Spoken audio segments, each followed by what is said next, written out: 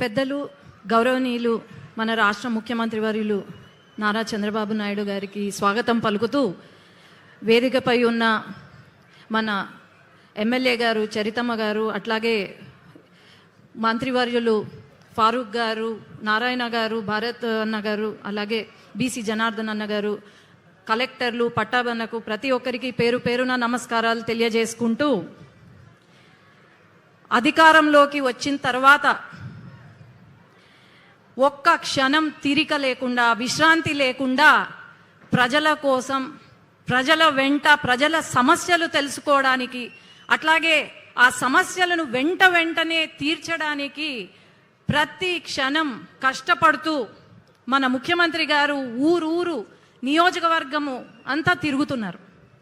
మనం అందరం గమనిస్తే ఒక విజనరీ లీడర్గా ఎప్పుడో చెప్పారు, మన రాష్ట్రం అభివృద్ధి చెందుతుంది, ఇక్కడ ఇలా పెడితే బాగుంటుంది అని. ఇప్పుడు ఆ కళ నెరవేరబోతుంది. మనము మన కోసం మన ముఖ్యమంత్రి గారు ఎన్నో అవమానాలు భరించారు, ఎన్నో కష్టాలు, ఎన్నో నష్టాలు ఎదుర్కొన్నారు. మన అందరితో పాటు ఆయన కూడా మన వెంట ఉన్నారు. కానీ ఒక్కటి గమనించండి, 5 సంవత్సరాలు పట్టింది జగన్మోహన్ రెడ్డి గారికి పెన్షన్లు 1000 రూపాయలు పెంచడానికి.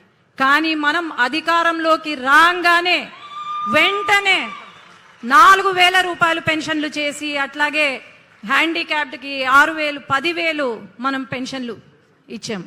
అట్లాగే మొదటి సంతకం లోకేష్ అన్న చెప్పారు, మెగా డిఎస్సి పైన సంతకం పెట్టబోతున్నాము అని. వచ్చిన వెంటనే మెగా డిఎస్సి పైన సంతకం పెట్టారు. ఈరోజు రాయలసీమ గత 6 సంవత్సరాల్లో రాయలసీమను రాళ్లసీమగా మార్చారు.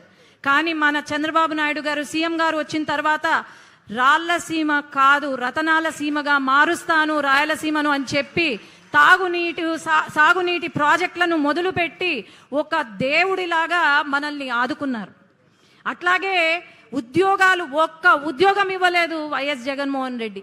అలాంటిది ఈరోజు నారా లోకేష్ అన్న కంకణం కట్టుకొని 20 లక్షల ఉద్యోగాలు ఖచ్చితంగా ఇస్తాము, ఇంటింటికి ఒక ఉద్యోగం ఖచ్చితంగా ఉంటుంది అని చెప్పి కంకణం కట్టుకొని మరి ఎన్నో పరిశ్రమలు మీరు గమనిస్తే లూలు, మైక్రోసాఫ్ట్, టీసీఎస్, గూగుల్ ఇలాంటి పెద్ద పరిశ్రమలు తీసుకొస్తున్నారు. ఒక అన్నలాగా నారా లోకేష్ అన్న ఆదుకుంటున్నారు మనల్ని.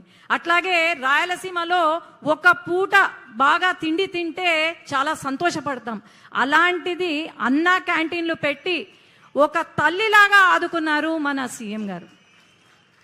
ఇలాంటివి ఎన్నో కార్యక్రమాలు. అట్లే మహిళలు ఎక్కడా తక్కువ కాదు అని చెప్పి మహిళా సంక్షేమానికి కాకుండా మహిళా అభివృద్ధి కోసం కూడా వాళ్లకు ఎంఎస్ఎంఈ పార్కులు పెట్టి, అలాగే వాళ్ళ కోసమని వర్క్ ఫ్రమ్ హోమ్ నిర్వహిస్తూ, అట్లాగే మెటర్నిటీ లీవ్ పొడిగిస్తూ.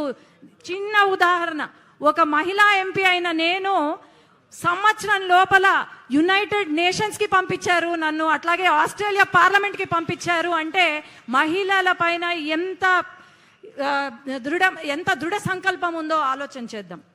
ఖచ్చితంగా మన ఆంధ్రప్రదేశ్ మన సీఎం గారి చేతులలో పడింది, స్వర్ణాంధ్రప్రదేశ్గా మారబోతుంది.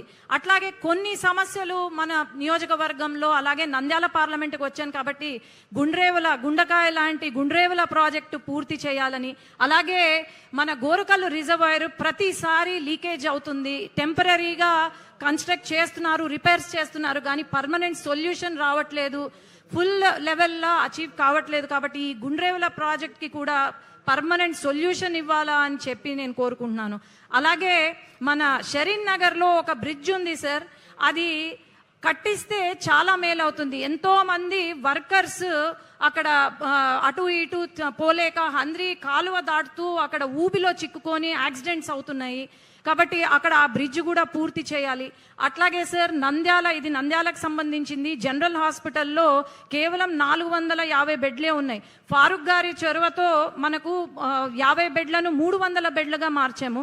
కానీ చాలా ఇబ్బంది పడిపోతున్నారు. దాన్ని సూపర్ స్పెషాలిటీ బ్లాక్, అట్లాగే ఇప్పుడున్న హాస్పిటల్ని మనము మన మెడికల్ కాలేజ్ క్యాంపస్లో షిఫ్ట్ చేస్తే చాలా బాగుంటుంది సార్. అట్లాగే పాణ్యంలో సార్ ఒక చిన్న రిక్వెస్ట్ సార్, ఇక్కడ ఉన్న కార్యకర్తలు ఎవరైతే ఉన్నారో దీంట్లో 10 మందిలో ఒకరు వాళ్ళ ప్రాపర్టీస్ కబ్జాకి గురైనాయి సార్.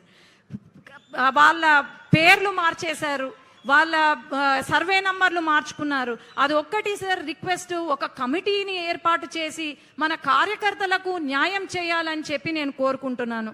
ధన్యవాదాలు. జై తెలుగుదేశం, జై చంద్రబాబు నాయుడు గారు, జై లోకేష్ అన్న. ఇప్పుడు ఇంటరాక్షన్ విత్ ఎంటర్ప్రెన్యూర్స్, ముందుగా సిటీ ఆఫ్ టెర్రేస్ గార్డెన్స్ నిర్వాహకురాలు ఎంఎస్ సుధా గారు.